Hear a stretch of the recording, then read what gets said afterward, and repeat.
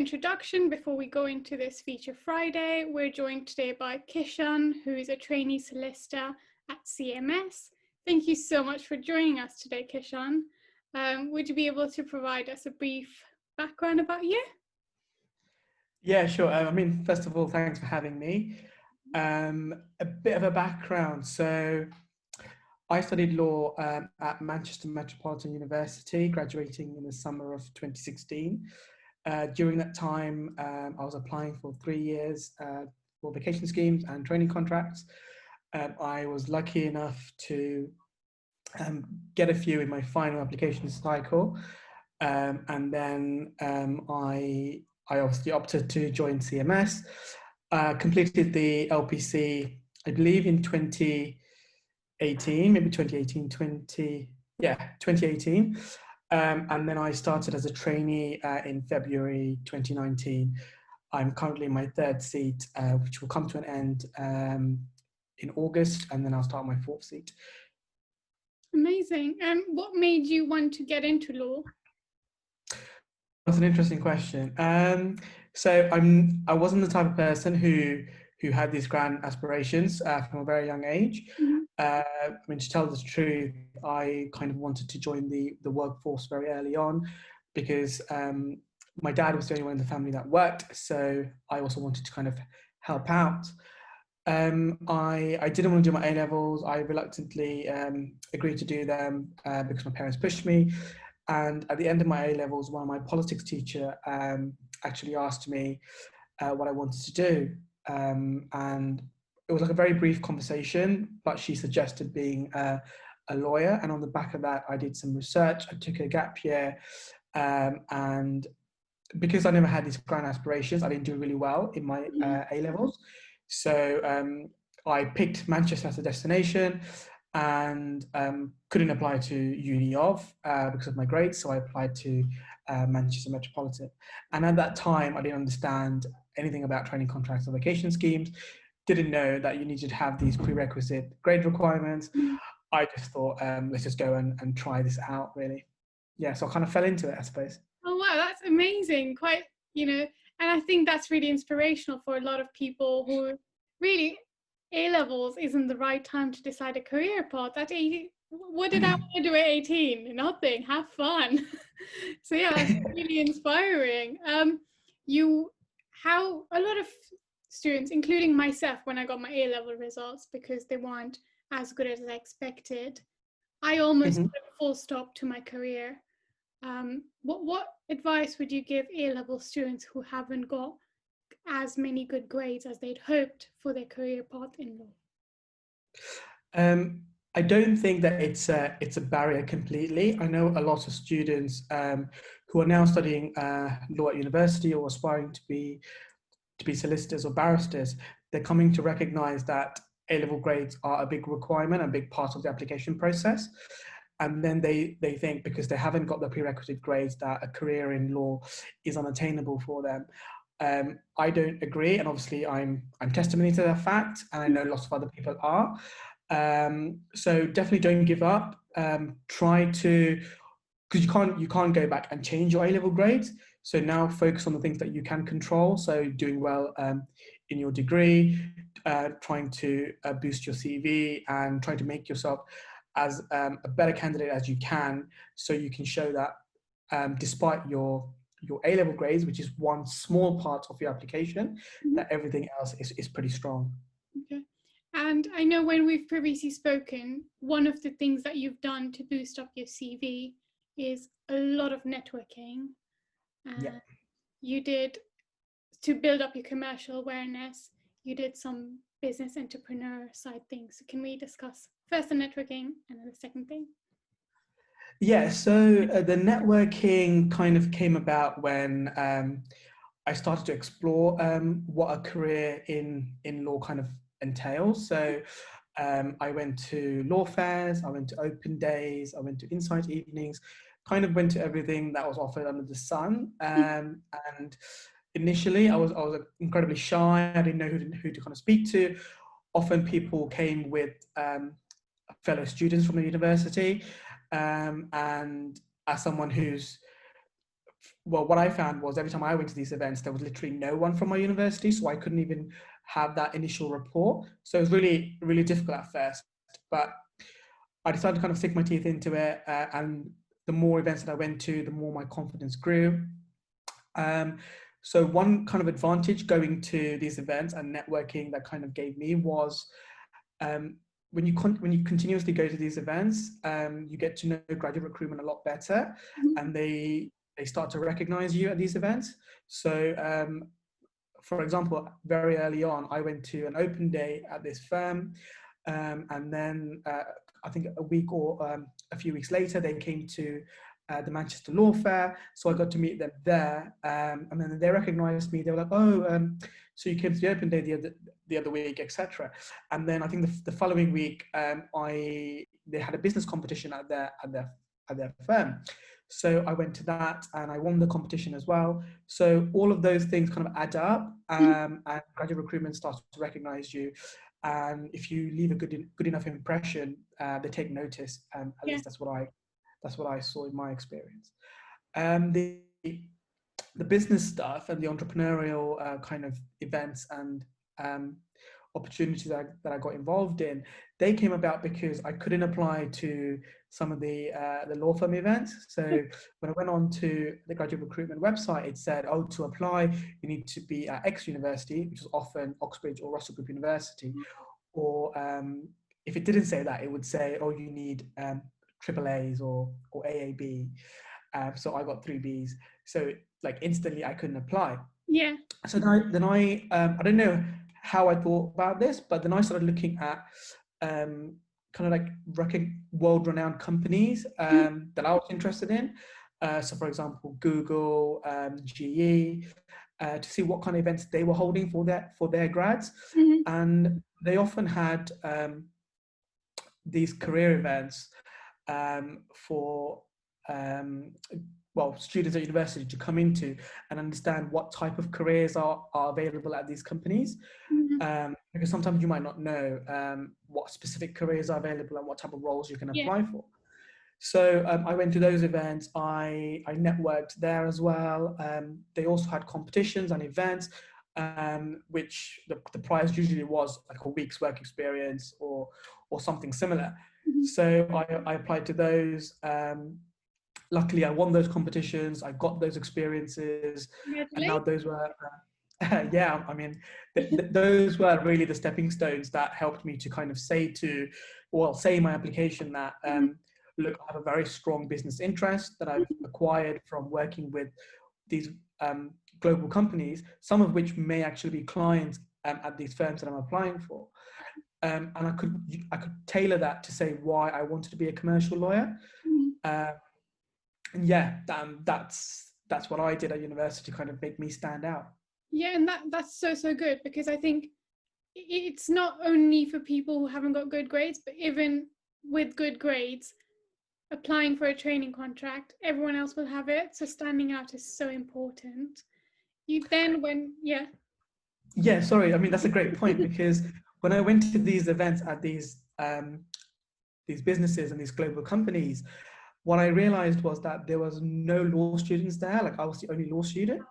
So what that showed me was that the grad rec, when they read my application, they wouldn't see these experiences in someone else's application. So my application in that sense just stood out as someone who's done something a bit different to maybe the traditional applicant. Yeah, and you didn't have to try too hard to stand out anymore. Yeah. I was very lucky in that sense. That sounds like a really incredible journey till now. You then went on to get a training contract at CMS. Talk us through that experience, because I think it can be a really weird place for someone who hasn't done a training contract. And what do actually trainees do? Talk us through that. Yeah, so let me think about this. So CMS for me was a really like friendly and approachable place. I felt that when I went to the open day, I felt that all throughout the application process, and every interaction I've had in between kind of confirmed that for me. So prior to actually starting at CMS, I did the LPC with the cohort that was above me. So they were 6 months ahead. They were going to start the TC immediately after the LPC. I was 6 months after. So I got to make a lot of friends there. And then when I started my TC, I had those guys already at the firm, having had 6 months in there. And then the people that were in my intake were the people that were on my VAC scheme. So I was very lucky where I was going into this completely new environment, but I had lots of familiar faces kind of scattered around the firm. So that really helped to calm my nerves and give me a bit of confidence. And again, when I started my TC, all the things that I thought about CMS, i.e. it being a friendly and approachable place, all of that still existed. And I really enjoyed my first seat, because your first seat can be a bit daunting, because if you haven't been inside a law firm before or done anything similar, it can be a bit of a fish out of water situation. But it wasn't for me. There's a lot of good support, there's a lot of good training, and I really loved my first seat. And my training contract so far has been great. Again, the support system has been a big part of my TC. There's a lot of training opportunities. So if you're interested in a particular field, or you want to kind of improve your knowledge in a certain area, there's lots of hands-on training. There's also online webinars. There's so much that you can't actually do everything as well.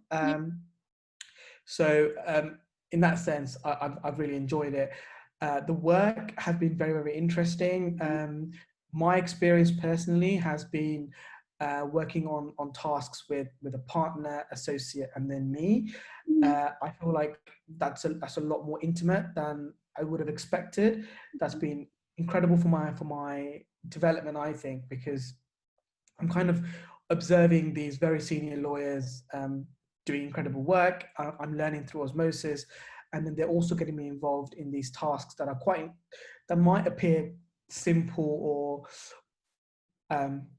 or not as complex, but they do form part of the wider transaction. And when you are being instructed on these tasks, they do spend the time giving you the full context around it, so you understand what you're doing, why you're doing it, and where that kind of fits in the wider transaction. And I think that's all really, really important. So I've really enjoyed it, and I'm really looking forward to my final seat as well. Oh, wow. What is your final seat? We don't know yet. So we find out, I do believe, end of July, if not early August. So I put down funds. That's an area that I really, really want to do. I've done a bit of research. I've had some exposure to it in my previous seats, as well as even before I started my training contract. So I'm really excited to see if I do get it, and then potentially spending 6 months.